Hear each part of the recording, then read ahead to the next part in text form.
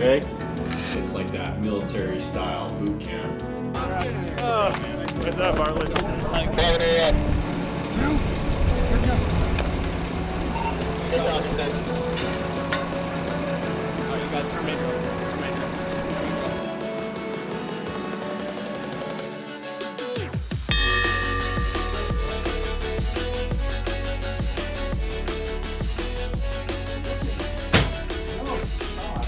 Trying to help him grow a mustache. I guarantee. I know that he's got it somewhere here. I had it. He took it. I've been teaching him the mustache rules, and no one. Ha! I knew it. Chad's stash wax. There it is. I knew he was onto it. Isn't that yours? Hey! Don't tell Sean. This week we're focused on Wildland, getting through a full week of the grind that Wildland puts on.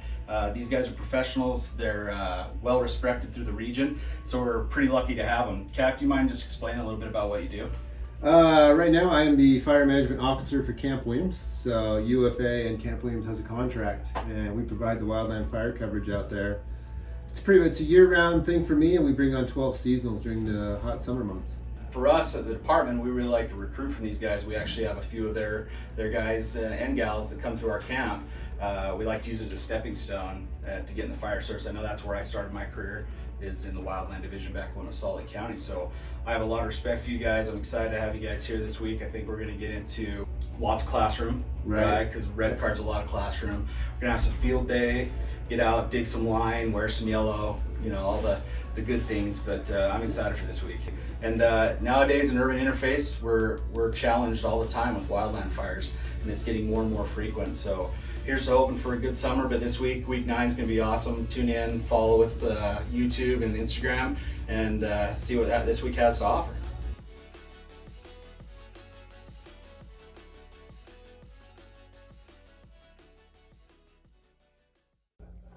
Hi, I'm Lyle Jennings. I'm the superintendent for the Salt Lake 1 hand crew. And I'm here this week teaching the NWCG course S130 firefighter training, basic firefighter training to the structure recruits this year. We'll be here for the week, spanning 40 hours, doing PT in the morning, and then going into the basic skills to be a firefighter. So we're going over the S130 curriculum, PowerPoint presentations in class, and then really emphasizing on some of the field training. So doing evolutions for hand tool sections, digging line, water use, getting them pack tested. So by the end of this week, they'll be completely NWCG S130 certified. They've taken the prerequisite courses, S190, L180, and now they're gonna be red carded after this week and ready to fight fire along our jurisdictional boundaries for Unified Fire Authority. After this, every season they'll have to take the annual fire refresher and pack test each season. But it's very important that all of our firefighters for Unified Fire Authority obtain the basic S130 firefighting training. Due to our high-risk jurisdictions, 13 communities with wildfire risk, it's pretty important that we protect our urban interface and we get our firefighters trained up the right way by the Wildland Division.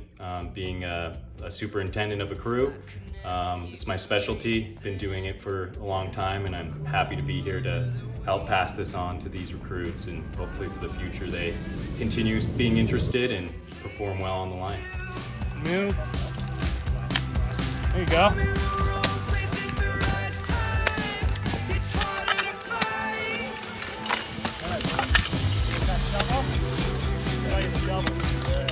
So instead of having them overhand, underhanded, you kind of get down and just that.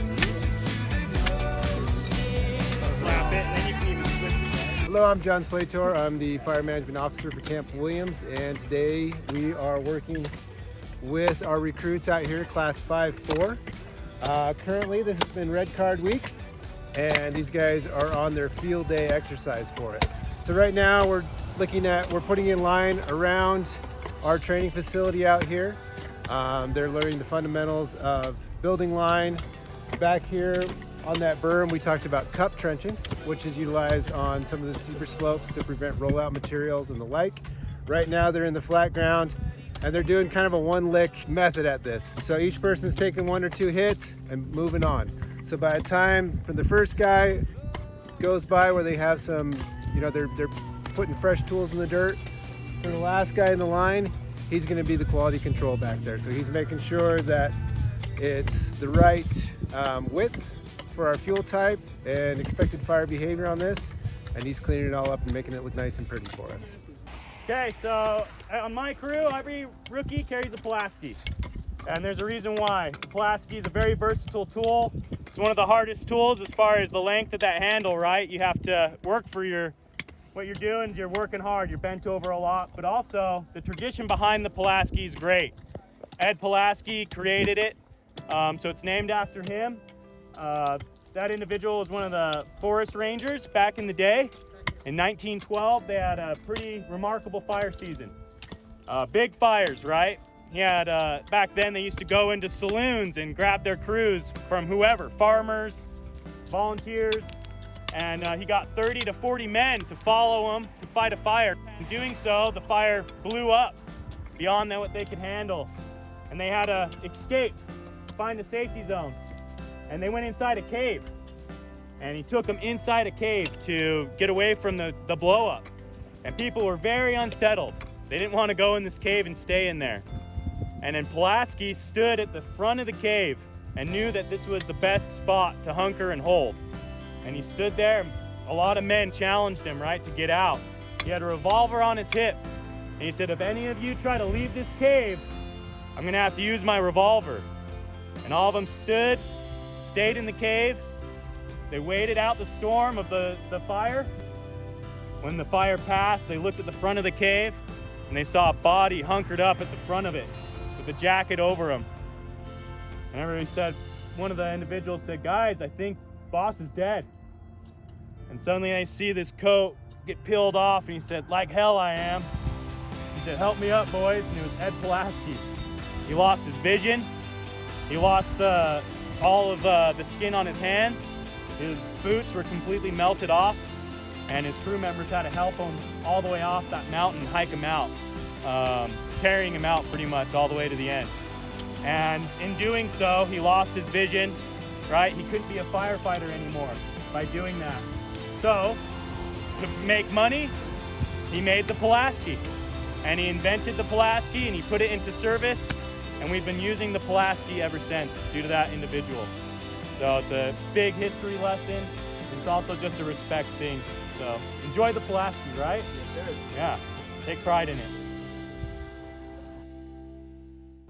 All right, so we've got pack assignments. You understand what we're accomplishing here? 12 laps, 45 minutes, right? Under 45 minutes. That's the cutoff time, okay? On the straightaways, you can spread out here. On the turns, it's gotta be on the outside line. Otherwise, it's not a quarter mile. Which lines? Outside of these, outside lanes, these outside 2 lanes. On the turn, on the straightaway, feel free to spread out. So 12 laps. As you come around, we're gonna tally your laps, to be honest. We'll try and keep track as well. If you want to compete against each other, feel free. All right? Not a race, wink, wink. Not a race. Wink, wink. If you want to compete, compete. Miss Molly, you got a stopwatch? Yes.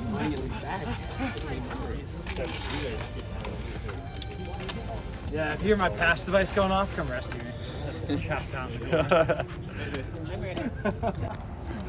Hey, good morning. This morning the recruits are out here at Magna High School on their track, completing their first pack test. The pack test is something that Unified does annually for our full-time employees as part of our Wildland refresher. This morning they've got 45-pound packs on. It's 12 laps, 3 miles, under 45 minutes. They're all doing a great job this morning, pushing themselves and getting the job done. Again, this is part of their Wildland week. It's the end of their Wildland week for them. Been a long week. I've said week 76 times now. So the reason behind the annual pack test for Unified is to simulate the wildland conditions.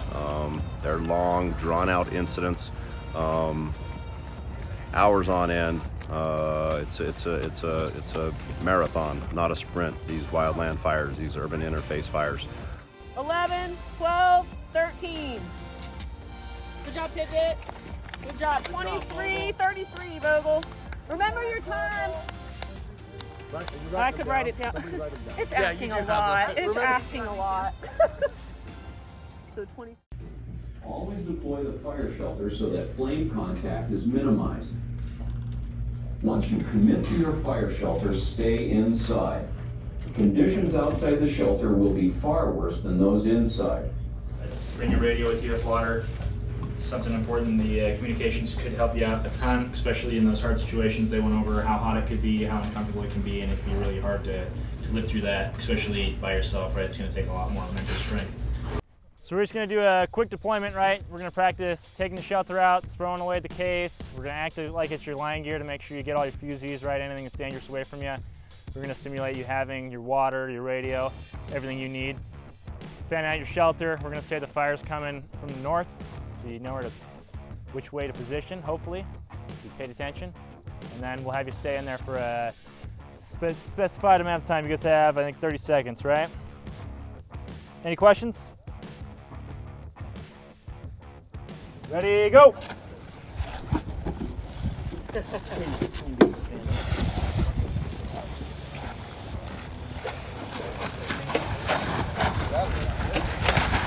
I'm Sterling Smith with Unified Fire Authority out here with the recruits.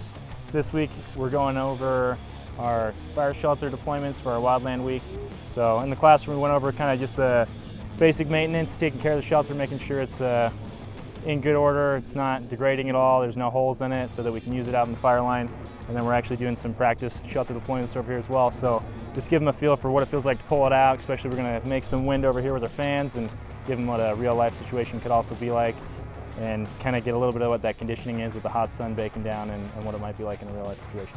Shelters are a last-ditch resort just in case. So if you were to be in an area that you aren't going to be safe and the fire's coming in on you, that you have to scrape down to mineral soil and get underneath the shelter for your last-ditch survival, this is what we have just in the back of our minds, just in case. So from what we know of, and a lot of the survivor people that have come out and talked to us about it, is that it is super hot, it's almost unbearable, it's not a place that you ever want to be, and it's something that it seems like they've had a really hard time surviving through.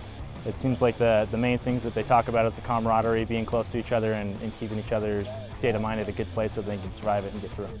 The key components for this skill would be just getting down that muscle memory, what it feels like to actually pull it out, the correct movement, so it's more of a muscle memory compared to what do I need to do in the situation, especially for that flashover situation. You're not going to have time to think, you're just going to have time to react. So it's those basic movements that you got to get down. Zach Davis, I'm 31 years old, married almost 10 years with 2 little girls. They are my everything.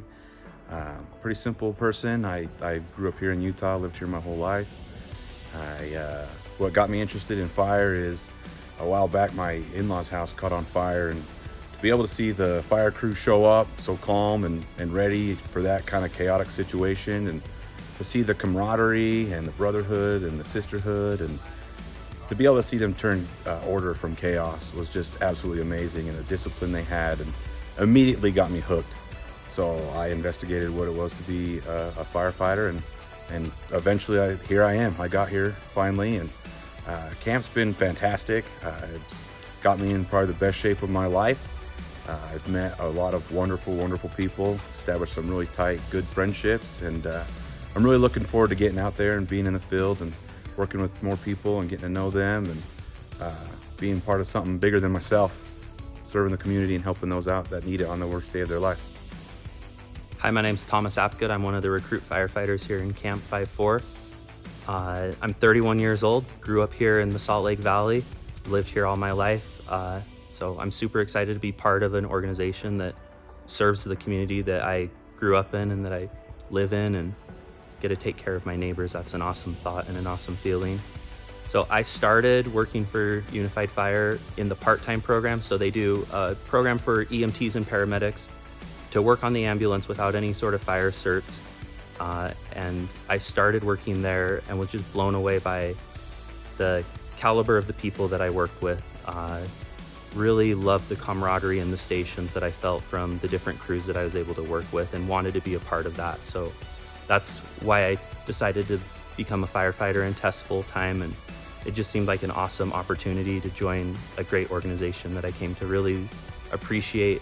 So we're on week 9 of camp, a little over halfway through, and so far camp has been amazing. It's been really difficult, but I think that's how it's supposed to be. It's designed to challenge us in different ways. I think everyone in camp gets challenged differently and gets out of it what they need to grow and become the type of person and the type of firefighter that fire training and the organization is looking for. For me, I love coming to camp every day. I love the fellow recruits that I get to spend time with, and the cadre really takes care of us. You can tell even from day one that they're passionate about this job. They're passionate about being firefighters, and they're passionate about training us to become great firefighters. I'm blown away by my experience here. Coming from working part-time for UFA, kind of thinking that I had a feel for what was going to be expected of me in camp. It's totally different. It's so much more than I thought it was going to be. It's a lot of fun, and it's pushed me, and I've loved the growth that I've seen from myself in camp too.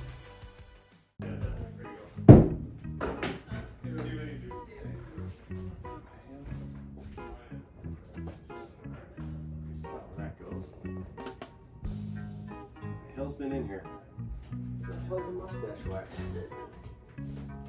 Oh hey, what's going on? Hey, it's Sean with UFA Fire Training, and we just ended week 9.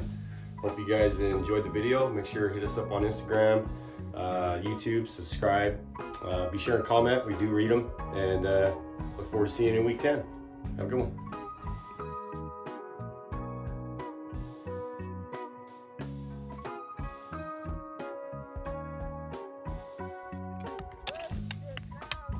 Business to defeat the Huns. They send me daughters when I ask for sons. You're the saddest lot, but you can act before we're through.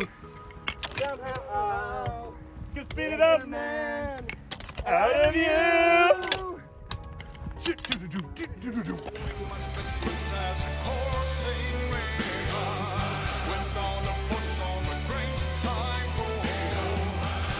Engine 192 red. Respond to reports of structure fire.